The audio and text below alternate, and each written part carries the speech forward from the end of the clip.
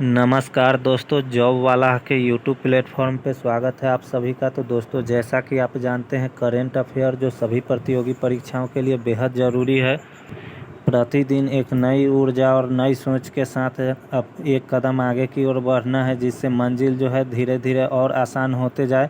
तो चलिए आगाज़ करते हैं आज का हमारा महत्वपूर्ण प्रश्न जो स्टार्ट कर रहे हैं। तो चलिए स्टार्ट करते हैं। आज का हमारा पहला प्रश्न है, हाल ही में हिंदी दिवस कब मनाया गया है? तो हमारा आंसर होगा 14 सितंबर। 14 सितंबर को राष्ट्रीय हिंदी दिवस मनाया गया है। तो दोस्तों, 14 सितंबर को ही राष्ट्रीय हिंदी दिवस क्यों मनाया जाता है? तो इसका रीज़न ये है कि 14 सितंबर 1949 को भारतीय संविधान सभा ने अपनी आधिकारिक भाषा के रूप में हिंदी को अपनाया। हिंदी जो हमारे देश की राज्य भाषा है, जिसका अनुच्छेद 343 में वर्णन किया गया है। हिंदी जो हमारे देश की राज्य भाषा है, जिसका वर्णन अनुच्छेद 343 में किया गया है। बात करें हिंदी दिवस कब से पहली बार मनाया जाने लगा है, तो 1953 ईस्वी में पहली बार राष्ट्रीय हिंदी दिवस मनाया गया। वहीं दोस्तों, बात करें विश्व हिंदी दिवस कब मनाया जाता है, तो विश्व हिंदी दिवस 10 जनवरी को मनाया जाता है। तो दोस्तों, सितंबर माह के कुछ प्रमुख दिवस को देखते हैं। LIC दिवस कब मनाया जाता है, तो 1 सितंबर को LIC दिवस मनाया जाता है। LIC का स्थापना 1 सितंबर 1956 ईस्वी को हुआ था। बात करें विश्व नारियल दिवस कब मनाया जाता है, तो 2 सितंबर को विश्व नारियल दिवस मनाया जाता है। वहीं बात करें राष्ट्रीय शिक्षक दिवस कब मनाया जाता है, तो 5 सितंबर को राष्ट्रीय शिक्षक दिवस और विश्व शिक्षक दिवस 5 अक्टूबर को मनाया जाता है। राष्ट्रीय पोषण सप्ताह दिवस कब मनाया जाता है, तो 1 से 7 सितंबर को राष्ट्रीय पोषण सप्ताह दिवस मनाया जाता है। विश्व साक्षरता दिवस 8 सितंबर को मनाया जाता है। वहीं बात करें विश्व भौतिक चिकित्सा दिवस, वो भी 8 सितंबर को ही मनाया जाता है। चैरिटी दिवस कब मनाया जाता है, तो 5 सितंबर को चैरिटी दिवस मनाया जाता है। और अंतर्राष्ट्रीय पुलिस सहयोग दिवस कब मनाया जाता है, तो 7 सितंबर को अंतर्राष्ट्रीय पुलिस सहयोग दिवस मनाया जाता है। और दोस्तों, कल के दिन 14 सितंबर को राष्ट्रीय हिंदी दिवस मनाया गया। तो चलिए दोस्तों, नेक्स्ट प्रश्नों की ओर बढ़ते हैं। हाल ही में भारत ने किस देश से सौर ऊर्जा आयात में 76% तक की कटौती की है? तो हमारा आंसर होगा चीन। चीन के साथ भारत ने सौर ऊर्जा आयात में 76% की कटौती की है। तो दोस्तों, बात करें चीन का, तो चीन की राजधानी बीजिंग है। चीन की मुद्रा युआन या रेमेनबी है। चीन के राष्ट्रपति कौन हैं, तो शी जिनपिंग चीन के राष्ट्रपति हैं। चीन अभी हाल ही में बच्चों द्वारा स्मार्टफोन को 2 घंटे तक ही प्रयोग करने की अनुमति दी है। चीन के द्वारा अभी हाल ही में बच्चों को स्मार्टफोन 2 घंटे का ही उपयोग करने की योजना बनाई है। बात करें 16 मेगावाट क्षमता वाली दुनिया की सबसे बड़ी सक्रिय पवन टरबाइन किसने शुरू किया, तो चीन ने शुरू किया। वहीं बात करें चीन के केंद्रीय बैंक के गवर्नर कौन बने हैं हाल ही में, तो पैन गैंगशोक चीन के केंद्रीय बैंक के गवर्नर बने हैं। पैन गैंगशोक चीन के केंद्रीय बैंक के गवर्नर बने हैं। बात करें ISSF जूनियर विश्व चैंपियनशिप 2023 में चीन शीर्ष पर रहा है। ISSF जूनियर विश्व चैंपियनशिप 2023 में चीन शीर्ष पर रहा है। वहीं बात करें ब्रिक्स में कौन कौन से देश हैं, तो ब्रिक्स में ब्राज़ील, रसिया, इंडिया, चाइना और साउथ अफ्रीका शामिल हैं। चीन के राजनीतिक दल को क्या कहा जाता है, तो चीनी कम्युनिस्ट पार्टी कहा जाता है। बात करें चीन के समाचार पत्र को क्या कहते हैं, तो पीपुल्स डेली कहते हैं। चीन के समाचार पत्र को पीपुल्स डेली कहते हैं। चीन की गुप्तचर संस्था कौन सा है, तो central external Lenja department. Central external Lenja department चीन की गुप्तचर संस्था है। और चीन के समाचार एजेंसी को क्या कहा जाता है, तो सिन्हुआ कहा जाता है। चीन के समाचार एजेंसी को सिन्हुआ कहा जाता है। तो चलिए दोस्तों, नेक्स्ट प्रश्नों की ओर। मदन लाल रेगर किस देश में भारत के राजदूत बने हैं? तो हमारा आंसर होगा कांगो गणराज्य। कांगो गणराज्य के कांगो गणराज्य में मदन लाल रेगर भारत के अगले राजदूत के रूप में नियुक्त किए जाएंगे। मदन लाल रेगर जो अभी हाल ही में विदेश मंत्रालय के निदेशक के रूप में कार्यरत हैं। विदेश मंत्रालय के निदेशक के रूप में मदन लाल रेगर कार्यरत है अभी वर्तमान में। बात करें कांगो गणराज्य का, तो कांगो अफ्रीका महाद्वीप में स्थित है। कांगो की राजधानी कहाँ है? तो ब्रेजाविल कांगो की राजधानी है। कांगो के प्रधानमंत्री कौन हैं? तो अनातोले कोलिनेट माकोसो हैं। अनातोले कोलिनेट माकोसो कांगो के प्रधानमंत्री है। बात करें वहीं भूमध्य रेखा को 2 बार कौन सी नदी काटती है? तो कांगो नदी काटती है। भूमध्य रेखा को 2 बार कांगो नदी काटती है। वहीं चीन ने झाओ जिंग को अगला राजदूत के रूप में नियुक्त किया है। चीन ने झाओ जिंग को भारत का अगला राजदूत के रूप में नियुक्त किया है। तो दोस्तों कुछ राजदूत के बारे में देख लेते हैं। अभी हाल ही में 1992 बैच के IFS अधिकारी गोपाल बागले, जिनका ऑस्ट्रेलिया में नियुक्ति हुआ है भारत के राजदूत के रूप में। वहीं बात करें अमित एस तेलंग को गुयाना में भारत के अगले उच्चायुक्त के रूप में नियुक्त किया गया है। निकारागुआ में अगले भारतीय दूत के रूप में सुमित सेठ को नियुक्त किया गया है। बात करें इरशाद अहमद को सीरिया में अगले राजदूत के रूप में नियुक्त किया गया है। प्रभात कुमार को दक्षिण अफ्रीका में भारत का अगला राजदूत के रूप में नियुक्त किया गया है। तो दोस्तों एक साथ जितने भी राजदूत नियुक्त किए गए हैं कुछ देशों के देख लिए हैं। तो चलिए आगे बढ़ते हैं नेक्स्ट प्रश्नों की ओर। हाल ही में किस राज्य के राज्यपाल ने सरपंच संवाद मोबाइल ऐप का अनावरण किया है? हाल ही में किस राज्य के राज्यपाल ने सरपंच संवाद मोबाइल ऐप का अनावरण किया है? तो हमारा आंसर होगा असम। असम राज्य सरकार के द्वारा राज्यपाल ने सरपंच संवाद मोबाइल ऐप का अनावरण किया। बात करें दोस्तों असम के राज्यपाल कौन हैं? तो गुलाब चंद कटारिया असम के राज्यपाल हैं। असम के मुख्यमंत्री कौन हैं? तो हेमंत बिस्वा शर्मा असम के मुख्यमंत्री हैं। बात करें असम की राजधानी कहाँ है? तो दिसपुर है। असम राइफल की स्थापना कब हुआ? तो 1835 ईस्वी में हुआ। असम राइफल के हेडक्वार्टर कहाँ है? तो शिलोंग में है। अभी हाल ही में RBI के द्वारा लावारिस धन के लिए कौन सा पोर्टल ऐप लॉन्च किया गया? तो उद्गम पोर्टल ऐप लॉन्च किया गया। सुप्रीम कोर्ट के द्वारा सुस्वागतम पोर्टल ऐप लॉन्च हुआ ई पास के लिए सुप्रीम कोर्ट के द्वारा सुस्वागतम पोर्टल ऐप लॉन्च किया गया। सुप्रीम कोर्ट के द्वारा और कौन सा पोर्टल ऐप लॉन्च किया गया है? तो सुपेश और फास्टर पोर्टल ऐप लॉन्च किया गया है। स्टार्टअप फेस्ट 2023 का आयोजन कहाँ हुआ था? तो असम में हुआ। स्टार्टअप फेस्ट 2023 का आयोजन असम में हुआ। अभी हाल ही में 132वें डुरंड कप का आयोजन असम के कोकराझार में हुआ। रक्षा मंत्री राजनाथ सिंह ने किए। असम के कोकराझार में 132वें डुरंड कप का आयोजन किया गया। अम्बुबाची का मेला कहाँ लगता है? तो असम में। अमृत वृक्ष आंदोलन ऐप किस राज्य सरकार ने चलाया? तो असम ने। सबसे प्राचीन तेल शोधक कारखाना कहाँ है? तो असम के डिगबोई में। असम के राष्ट्रीय उद्यान रायमोना, डिब्रू साइखोवा, काजीरंगा जो एक सींग वाले गेंडा के लिए प्रसिद्ध है, मानस, दिहांग दिबाई, ये सब जो है असम के प्रमुख राष्ट्रीय उद्यान हैं। नामेरी, ये सब असम के राष्ट्रीय उद्यान हैं। बात करें अभी एथलीट हिमा दास, जिसे ढींग एक्सप्रेस कहते हैं, किस राज्य से हैं? तो असम राज्य से हैं। चोकुआ चावल, जुडीमा वाइन, कागजी नींबू, गमोचा का GI टैग किसे प्राप्त है? तो असम को प्राप्त है। चलिए दोस्तों नेक्स्ट प्रश्नों की ओर बढ़ते हैं। हाल ही में इस बार नौसेना दिवस किस किले में मनाया जाएगा? तो हमारा आंसर होगा महाराष्ट्र तट पर स्थित सिंधुदुर्ग किले में मनाया जाएगा। नौसेना दिवस इस बार सिंधु दुर्ग किला में मनाया जाएगा। तो सिंधु दुर्ग किला कहाँ है? तो महाराष्ट्र तट पर स्थित है सिंधु दुर्ग किला।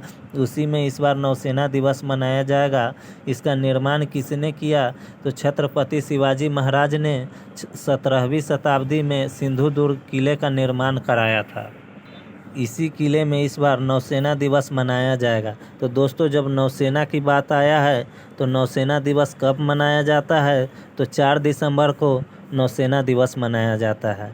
वहीं बात करें नौसेना के कितने कमांडों में बांटा गया है? तो नौसेना को 3 कमांड में बांटा गया है। नौसेना का प्रशिक्षण कहाँ किया जाता है? तो ओडिशा के चिल्का झील के समीप किया जाता है। नौसेना का प्रशिक्षण ट्रेनिंग केंद्र कहाँ है? तो ओडिशा के चिल्का झील के समीप है। बात करें वहीं भारत के पहले नौसेना अध्यक्ष कौन बने? तो vice admiral RD. Mukherjee. Vice admiral RD. Mukherjee, माफ़ कीजिएगा, भारत के पहले नौसेना अध्यक्ष वाइस एडमिरल आर.डी. मुखर्जी हैं। वहीं बात करें वर्तमान में अभी नौसेना अध्यक्ष कौन हैं? तो एडमिरल आर हरि कुमार, जो 25वें नंबर के हैं। नौसेना अध्यक्ष एडमिरल आर हरि कुमार वर्तमान में अभी नौसेना के अध्यक्ष हैं। बात करें अभी हाल ही में राष्ट्रपति द्रौपदी मुर्मू के द्वारा नौसेना के नए युद्धपोत INS विंध्यगिरी को कोलकाता में लॉन्च किया गया है। हाल ही में राष्ट्रपति द्रौपदी मुर्मू के द्वारा नौसेना के नए युद्धपोत INS विंध्यगिरी को कोलकाता में लॉन्च किया गया। तो दोस्तों, एक साथ नौसेना के बारे में जितने भी कंटेंट थे मैंने देने का प्रयास किया, तो इसे देखना ना भूले। चलिए आगे की ओर बढ़ते हैं, नेक्स्ट प्रश्नों की ओर। सिमोना हालेप किस देश की टेनिस खिलाड़ी हैं जिस पर 4 साल का प्रतिबंध लगा दिया गया है? तो हमारा आंसर होगा रोमानिया। रोमानिया के सिमोना हालेप पर 4 साल का प्रतिबंध लगा दिया गया है। सिमोना हालेप जो 2 बार ग्रैंड स्लैम चैंपियन रह चुकी है, उनको डोपिंग के उल्लंघन के आरोप में उन पर 4 साल का प्रतिबंध लगा दिया गया है। तो ये प्रतिबंध कब पूरा होगा? तो अक्टूबर 2026 तक ये प्रतिबंध रहने वाला है। तो दोस्तों, डोप टेस्ट का मतलब क्या होता है? तो किसी भी खेल में मादक पदार्थ या उत्तेजना वाली दवाओं का अगर प्रयोग कर लेते हैं, नशीले पदार्थ के दवाओं का, तो उसे हम डोप टेस्ट में अगर पाए जाते हैं, उसमें अगर हमारा पाया जाता है तो प्रतिबंध लगा दिया जाता है। तो बात करें सिमोना हालेप ने कौन सी दवाओं का प्रयोग कर लिया था? तो रॉक्सडेटेड दवा जिसका उपयोग सिमोना हालेप ने किए, जिसके कारण उन पर 4 साल का प्रतिबंध लगाया गया है। डोप टेस्ट के उल्लंघन में पाई गई वो। तो दोस्तों, सिमोना हालेप कब ग्रैंड स्लैम जीती है? तो 2018 में फ्रेंच ओपन जीती। और बात करें वहीं विंबलडन ओपन 2019 का खिताब सिमोना हालेप ने जीती।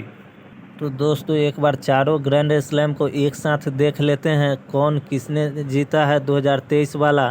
तो इसका क्रम क्या है ग्रैंड स्लैम का? तो आप लोग ट्रिक याद रखिएगा। अफवाह, ए से ऑस्ट्रेलियन ओपन, F से फ्रेंच ओपन, W से विंबलडन ओपन, A से अमेरिकन ओपन या US ओपन। तो चलिए स्टार्ट करते हैं। ऑस्ट्रेलियन ओपन 2023 के पुरुष विजेता कौन है? तो नोवाक जोकोविच, जो कहाँ के रहने वाले हैं? तो सर्बिया के रहने वाले हैं। और महिला का खिताब किसने जीती? तो आर्या साबालेंका, जो बेलारूस की रहने वाली है, ऑस्ट्रेलियन ओपन जीती है। और फ्रेंच ओपन की बात करें तो फ्रेंच ओपन महिला वर्ग का खिताब जो है ईगा स्विएटेक, जो पोलैंड की रहने वाली है, उन्होंने जीती। और पुरुष एकल का खिताब नोवाक जोकोविच, जो सर्बिया के रहने वाले हैं, उन्होंने जीता है। तो पुरुष का खिताब ऑस्ट्रेलियन ओपन, फ्रेंच ओपन और वहीं बात करें US ओपन, तीनों का खिताब नोवाक जोकोविच ने जीता। चलिए विंबलडन ओपन की बात करते हैं। विंबलडन ओपन 2023 के पुरुष एकल का खिताब कार्लोस अलकराज ने जीता, जो कार्लोस अलकराज स्पेन के रहने वाले हैं। वहीं बात करें महिला एकल का खिताब किसने जीता? तो मार्केटा बोंद्रोसोवा ने, जो चेक गणराज्य की रहने वाली है। मार्केटा बोंद्रोसोवा, जो चेक गणराज्य की रहने वाली है, उन्होंने जीती है विंबलडन ओपन का खिताब। वहीं अब बात करें US ओपन में मेल विजेता कौन हैं? तो US ओपन 2023 में पुरुष वर्ग का खिताब नोवाक जोकोविच ने जीता। और वहीं बात करें महिला वर्ग का खिताब तो कोको गॉफ ने जीता। कोको गॉफ ने जो अमेरिका की रहने वाली है उन्होंने जीती है। दोस्तों एक बार फिर से हम बता देते हैं आप लोगों को कि याद हो जाएगा। ऑस्ट्रेलियन ओपन 2023 का खिताब किसने जीता, तो पुरुष वर्ग का नोवाक जोकोविच जो सर्बिया का रहने वाला है, और महिला वर्ग का आर्या सवालेंका जो बेलारूस की रहने वाली है। फ्रेंच ओपन 2023 पुरुष वर्ग का खिताब नोवाक जोकोविच ने जीता, और महिला एकल का खिताब इगा स्विएटेक जो पोलैंड की रहने वाली है उन्होंने जीती है। बात करें विंबलडन ओपन 2023 का खिताब कार्लोस अल्कराज जो स्पेन के रहने वाले हैं, और महिला एकल का खिताब मार्केटा बोंद्रोसोवा जो चेक गणराज्य की रहने वाली है जीती। यूएस ओपन मेल विजेता कौन बने, पुरुष वर्ग का खिताब नोवाक जोकोविच जो सर्बिया की रहने वाली है, और महिला एकल का खिताब कोको गॉफ जो अमेरिका की रहने वाली है जीती। चलिए दोस्तों नेक्स्ट प्रश्नों की ओर बढ़ते हैं। गुजरात विधानसभा में किसने नेशनल ई विधान एप्लीकेशन का लोकार्पण किया है, तो हमारा आंसर होगा द्रौपदी मुर्मू। द्रौपदी मुर्मू राष्ट्रपति जी के द्वारा गुजरात विधानसभा में नेशनल ई विधान ऐप लॉन्च किया गया है।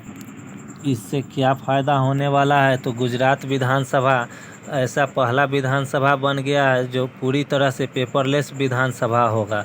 इस सदन की कार्यवाही पूरी तरह से पेपरलेस हो जाएगा। इसमें अब कागज़ कलम की आवश्यकता नहीं पड़ेगा। सभी सीट के पास एक टैबलेट भी लगा दिया गया है। इसका लोकार्पण राष्ट्रपति द्रौपदी मुर्मू जी के द्वारा गुजरात विधानसभा में किया गया।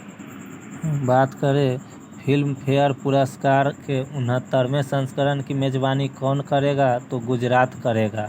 वहीं बात करें 24x7 सौर ऊर्जा संचालित गांव कौन सा बन गया है, तो मोढेरा गांव गुजरात 24x7 24 आवर इंटू एक सप्ताह माने 24x7 सौर ऊर्जा संचालित पहला गांव मोढेरा बन गया। वन डिस्ट्रिक्ट वन प्रोडक्ट अपनाने वाला राज्य कौन सा बन गया है, तो गुजरात बन गया है। कच्छ का रण कहाँ स्थित है, तो गुजरात में है। गिर राष्ट्रीय उद्यान कहाँ स्थित है, तो गुजरात में है।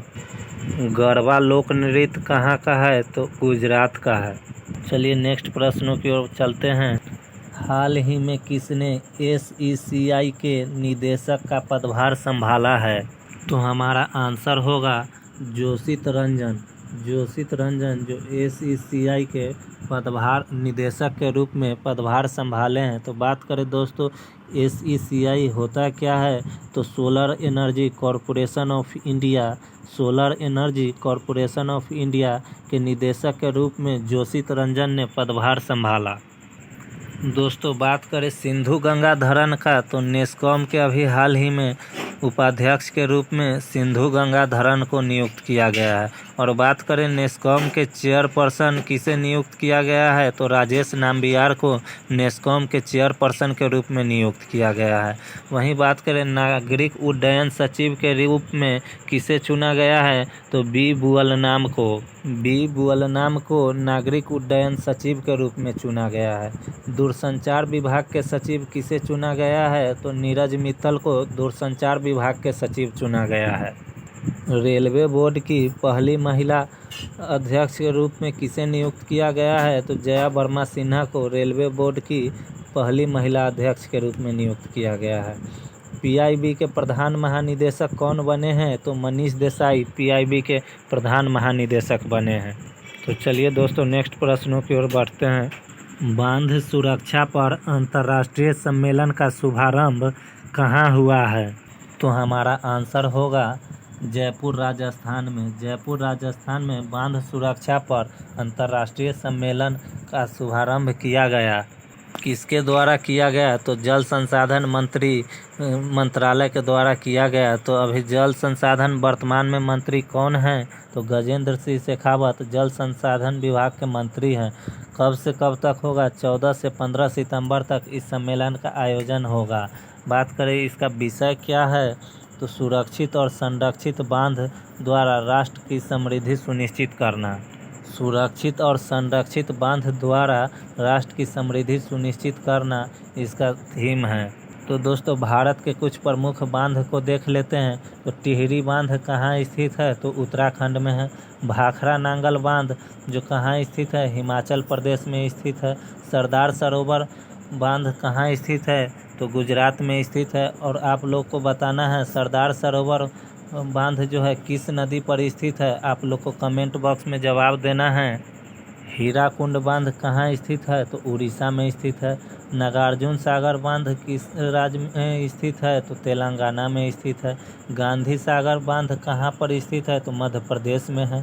तुंगभद्रा कहाँ है, तो कर्नाटक में है। सारागढ़ी स्मारक की आधारशिला किस राज्य में रखी गई है, तो हमारा आंसर होगा पंजाब। पंजाब के फिरोजपुर शहर में सारागढ़ी स्मारक की आधारशिला रखी गई है। पंजाब के मुख्यमंत्री भगवंत मान जी के द्वारा सारागढ़ी में ऐतिहासिक लड़ाई करने वाले लोगों को जीवन का बलिदान देने वाले सिख बहादुर के लिए स्मारक बनाने की आधारशिला रखा गया है। तो दोस्तों जब पंजाब की बात आया तो पंजाब की राजधानी चंडीगढ़ है। पंजाब के राज्यपाल कौन है, तो बनवारी लाल पुरोहित है। पंजाब के मुख्यमंत्री भगवंत मान है जो आम आदमी पार्टी से हैं। बात करें चलने का अधिकार देने वाला पहला राज्य कौन है, तो पंजाब है। पहला राज्य स्तरीय झींगा मेला कहाँ हुआ, तो पंजाब में हुआ। भांगड़ा नृत्य कहाँ का है, तो पंजाब। फुलकारी हस्तशिल्प का जीआई टैग किस राज्य को मिला, तो पंजाब को। पाकिस्तान से कितने राज्य और कितने केंद्र शासित प्रदेश लगते हैं, तो 3 राज्य और 2 केंद्र शासित प्रदेश, जिसमें पाकिस्तान से राज्य में पंजाब, राजस्थान और गुजरात लगते हैं और केंद्र शासित प्रदेश में जम्मू कश्मीर और लद्दाख जो पाकिस्तान से सीमा साझा करता है। हाल ही में मिशन इंटेंसिव इंद्रधनुष 5.0 लॉन्च किया गया पंजाब में ही। हाल ही में मिशन इंटेंसिव इंद्रधनुष 5.0 पंजाब में लॉन्च किया गया। हाल ही में किसने अपनी पहली पुस्तक द ऑटोबायोग्राफी ऑफ गॉड जारी की है। हाल ही में किसने अपनी पहली पुस्तक द ऑटोबायोग्राफी ऑफ गॉड जारी की है, तो हमारा आंसर होगा लीना कुमार। लीना कुमार ने अपनी पुस्तक द ऑटोबायोग्राफी ऑफ गॉड जारी की है। तो दोस्तों अभी हाल ही में कुछ प्रमुख पुस्तकों का विमोचन किया गया जिसे हम देख लेते हैं। तो राधिका अयंगर के द्वारा फायर ऑन द गैंगेज पुस्तक का विमोचन किया गया। राधिका अयंगर के द्वारा फायर ऑन द गैंगेज पुस्तक का विमोचन किया गया। बात करें वहीं अमृत माथुर ने अपनी आत्मकथा pitch side my life in Indian cricket लिखा। अमृत माथुर ने अपनी आत्मकथा pitch side my life in Indian cricket लिखा। विपुल रिखी के द्वारा पुस्तक drunk on love the life vision in the song of Kabir पुस्तक का विमोचन किया गया। विपुल रिखी के द्वारा पुस्तक drunk on love the life vision and song of the Kabir प्रकाशित किया गया। बात करें नीरजा चौधरी ने हाउ प्राइम मिनिस्टर डिसीजन नामक पुस्तक लिखा। नीरजा चौधरी ने हाउ प्राइम मिनिस्टर डिसीजन नामक पुस्तक लिखा। तो दोस्तों आज के एपिसोड में इतना ही। आप लोग चैनल पर अगर नए हो तो इसे शेयर करें, सब्सक्राइब करें, लाइक करें, जितने भी दोस्त हों सभी तक पहुंचाने का काम करें। सभी सोशल मीडिया पर इसे ज़्यादा से ज़्यादा शेयर करें जिससे और सब्सक्राइब कराने का प्रयास करें आप लोग। तो चलिए मिलते हैं नेक्स्ट वीडियो में, तब तक के लिए जय हिंद। बने रहे जॉब वाला के साथ।